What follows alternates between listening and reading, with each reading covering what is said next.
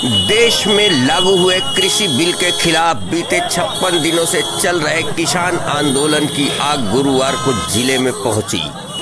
किसान यूनियन के बैनर तले सैकड़ों किसानों ने आंदोलन के दौरान अपनी जान गंवा चुके किसानों को श्रद्धांजलि देने का कार्यक्रम आयोजित किया।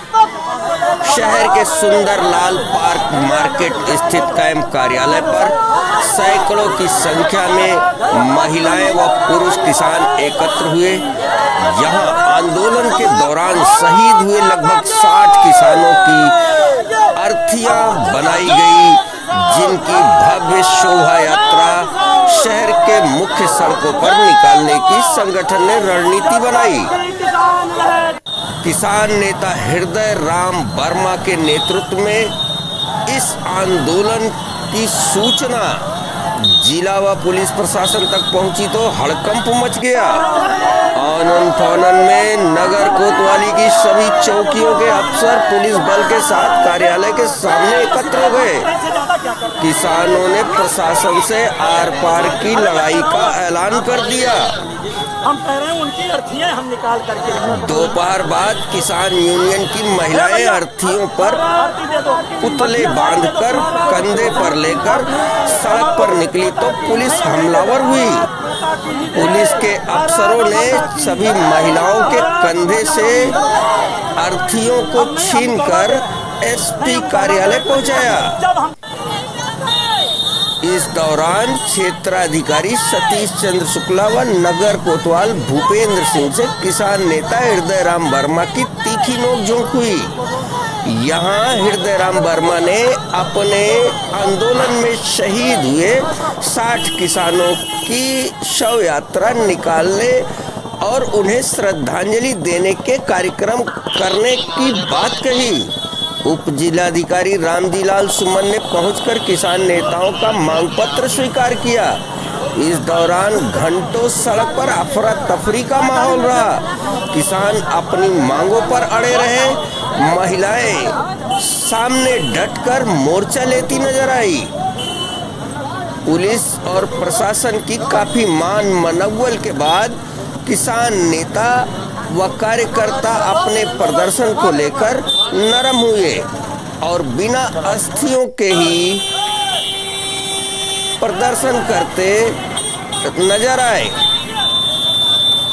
पुलिस अधीक्षक कार्यालय से लगातार प्रदर्शन करते रहे। उधर पुलिस अधीक्षक कार्यालय में एक साथ 5 दर्जन अर्थियों के पहुंचने से कौतूहल का माहौल रहा। सड़क पर सैकड़ों लोगों ने इस अनोखे प्रदर्शन को देखा। किसान यूनियन के नेता हृदय राम वर्मा ने कहा, किसान आंदोलन की आग अभी और भड़केगी।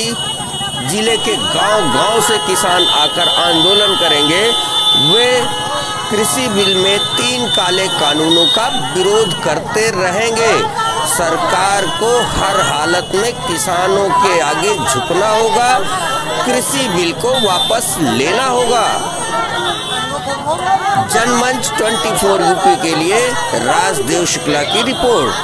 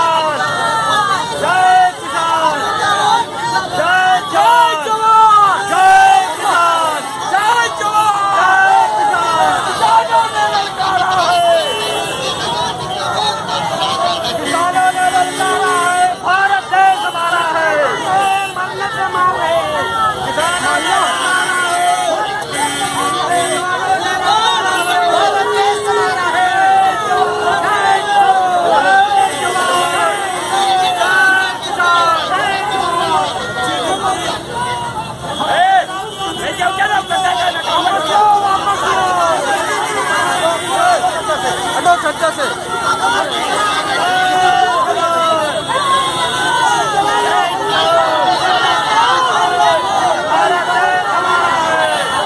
इसी कैमरे को देखते हुए अर्थी बना के निकाले थे, इसके बाद नहीं चाहते। अर्थी बना के हमारे जो 60 किसान दिल्ली में मर गए थे, ये उनकी अर्थियां थी। ये एक वो था कि जिस पे हम अपने किसानों को संदेश दें कि यहाँ 60 किसान दिल्ली में मर गए हैं। हमने उसको बाकायदे रामनामी डाली, सारी चीज़ें की, सम्मान के साथ कंधा दे रहे थे, कोई दिक्कत नहीं थी। नहीं निकालने मिला, कोई दिक्कत नहीं इसके लिए। जब सारी चीज़ें हमारे विरोध में जा रही हैं, एक तरफ अडानी और अंबानी की गोदामें खुल रही हैं, सरकार क्यों खुल रही है?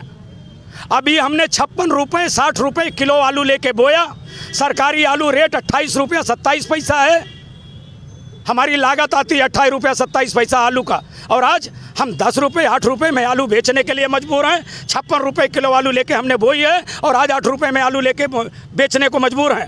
हमारा धान MSP जो है 18 रुपये 66 पैसे है, हम 13 रुपये 11 रुपये 10 रुपये में धान बेचने को मजबूर हैं। 8% के आगे खरीद नहीं हो रही है।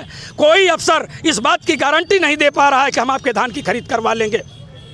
जब हमारा आदमी चक्रोट पे बैठ जाता रात बिताने के लिए तो FIR हो जाती, चक्रोट कब्जा कर रहा है। और जब बड़े बड़े माफिया घर बना लेते हैं उस पर, तो कोई निकालने वाला नहीं होता। मैंने पहले भी कहा था कि या तो पैसे पे सरकार चल रही है, या तो विश्व बैंक और IMI के दबाव में सरकार चल रही है। सन 2014 में जो कर्जा हमारे पास था, वो कर्जा क्यों बढ़ गया? अगर एक किसान भारत का 46,000 रुपये का कर्जदार है तो सांसदों विधायकों को अपनी तनख्वाह, पेंशन, महंगाई भत्ता सब बंद कर देना चाहिए। किसान ही कर्जा नहीं लिया, किसान ने अय्यासी नहीं की, अय्यासी तो इन लोगों ने की है। आज हमारे ऊपर कर्जा दिखा के हमारी ज़मीन बेची जा रही है, वो सेक्टर बेचा जा रहा है जो भारत के किसान देश की रीढ़ कहा जाता था, किसान अन्नदाता कहा जाता था। आज उस अन्नदाता को अडानी, अंबानी और 28 विदेशी कंपनियों में FDI के तहत हमको बेचा जा रहा है। उस FDI पे जिस पे भारत सरकार का कोई हस्तक्षेप नहीं होगा। फॉरेन डायरेक्ट इन्वेस्टमेंट, वो विदेश से आएंगे, पैसा लगाएंगे, पैसा कमाएंगे और चले जाएंगे। अभी गुजरात में लेस कंपनी जो चिप्स बनाती है, उसने अपना आलू तैयार करवाया। बगल के किसानों ने देखा कि अच्छी उपज है, उन्होंने बीज लेके बो लिया। लेस कंपनी ने उनके ऊपर मुकदमा कर दिया, 1 करोड़ का मुआवजा लगा एक किसान को। ये तो शुक्र कहें कि किसानों ने आंदोलन किया, वो बात माफ़ हो गई। यही हाल गुजरात में है। कल ये जब हमारा गेहूं 14 और 15 में बिक रहा है, तो रामदेव का और आशीर्वाद कंपनी का आटा 28 रुपये और 30 रुपये में बिक रहा है। क्या हमारी सरकारें अंधी हैं? हमको सरकार कह रही है कि हमने बम्बई का और कलकत्ता बंदरगाह खोल दिया है, आप निर्यात करिए। अरे आप हमारा धान खुद ले लेते 1860 की जगह 15 में ले करके, और आप गुजरात से, बम्बई से और कलकत्ता निर्यात कर देते और देश चला लेते, विदेश से कर्जा मत मांगते, तो हम समझते कि हमारी सरकार है, हमारी सरकार अच्छी है। इस सरकार ने तो भारत की वो साख मिटा दी जो भारत की साख होती थी, RBI का पैसा, वो पैसा निकाल करके इन्होंने विदेशी पूंजीपतियों को दे दिया, यहाँ के भगोड़ों को दे दिया, नीरव मोदी को दे दिया। और उसको, और हमारा किसान जब 5,000 10,000 का कर्जा लेता है तो सुअर वाले हवालात में बंद कर दिया जाता। आज हम इसके लिए आंदोलन कर रहे थे। इसके बाद आप क्या? इसके बाद जो हमें दिल्ली से निर्देश मिलेगा और जो हमारी कार्यकारिणी अपना आंदोलन तय करेगी, उस पर हम आएंगे। लेकिन अभी ये समझ में आ रहा है कि 60 लोग नहीं मरेंगे, अब बहुत सारे किसान मरेंगे अपनी जान। हम उन बच्चों को बचाने की कोशिश करेंगे जो हमारे नाती हैं, हमारे पोते हैं, हमारे बेटे हैं। और ये जो भाई हमारे भी आज नौकरियों में हैं, कल ये भी रिटायर होके जाएंगे तो इनको अनाज की ज़रूरत पड़ेगी। इनकी तनख्वाह तब उतनी नहीं होगी जितनी चाहिए।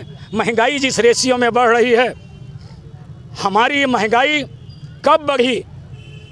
1965 में जो परिवार 100 रुपये में गुजारा करता था, 80 में ज़रूरत उसको 1,000 की पड़ी, फिर 1 लाख की आएगी। हम महंगाई को कैसे फेस करेंगे जब हमारे अनाज का दाम नहीं बढ़ेगा? अभी कुछ लोग ऐसा कहते हैं कि मोदी जी ने MSP धान की 18 रुपये 60 पैसे कर दी।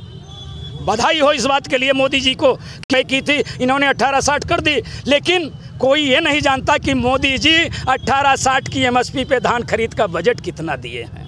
बजट नहीं दिए, बाबा जी ने घंटा थमा दिया, बजाओ बेटा 2860 की एमएसपी लेकर के। किसान आज इसलिए एमएसपी की गारंटी मांग रहा है। हमें धान बेचना है, किस तरीके से धान बिकेगा।